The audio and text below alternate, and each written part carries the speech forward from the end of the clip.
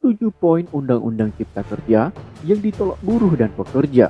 Simak poin penting Omnibus Law berikut ini ditulis oleh Portal Jember. Tak sedikit pro kontra terjadi di tengah masyarakat terkait pembahasan rancangan undang-undang atau RUU Cipta Kerja.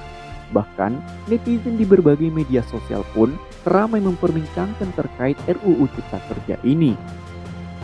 Hal ini semakin ramai diperbincangkan netizen di media sosial pada Senin 5 Oktober 2020 ketika berlangsung pembahasan RUU Cipta Kerja di gedung DPR. Pada hari itu juga, Omnibus Law RUU Cipta Kerja telah diketok palu oleh Dewan Perwakilan Rakyat atau DPR. Sehingga RUU Cipta Kerja ini telah sah menjadi undang-undang melalui sidang paripurna DPR RI yang digelar kemarin Senin 5 Oktober 2020. Undang-undang tersebut diketok palu oleh Wakil Ketua DPR Aziz Samsyudin. Omnibus Law ini mengundang kontroversi dari berbagai pihak, terutama para buruh dan pekerja, yang tentunya kontra dengan kesepakatan DPR dan pemerintah yang turut mengesahkan RUU ini. Airlangga Hartarto, selaku Menteri Koordinator Bidang Perekonomian, mengatakan RUU Cipta Kerja dapat mendorong debirokratisasi.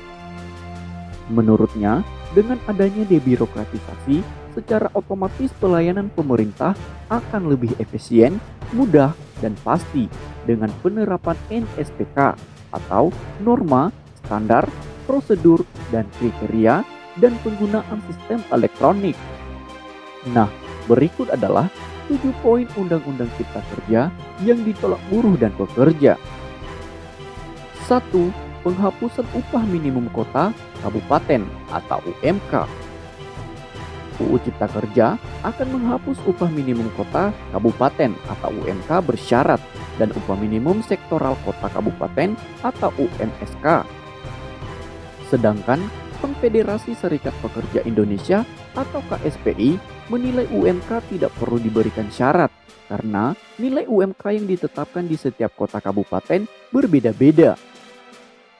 Seharusnya, kata buruh, penetapan nilai kenaikan dan jenis industri yang mendapatkan UMSK dilakukan di tingkat nasional. 2.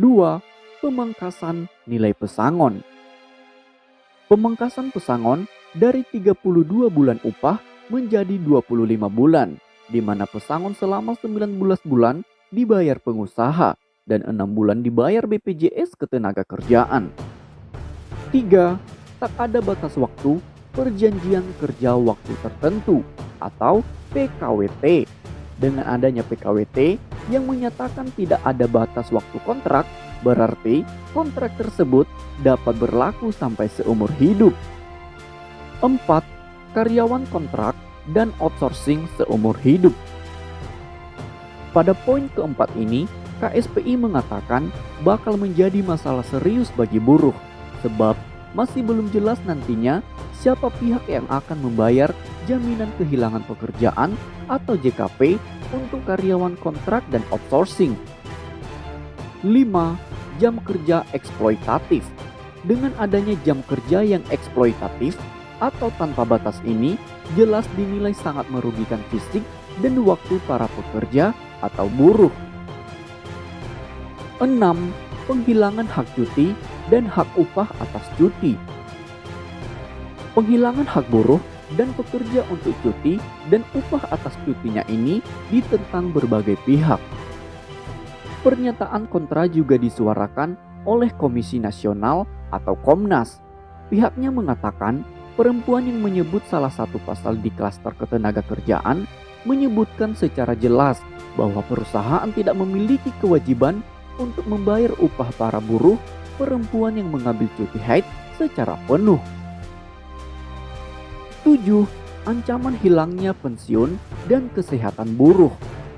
UU tersebut juga mengancam hilangnya jaminan pensiun dan kesehatan para pekerja dan buruh lantaran adanya kontrak yang tidak terbatas alias seumur hidup.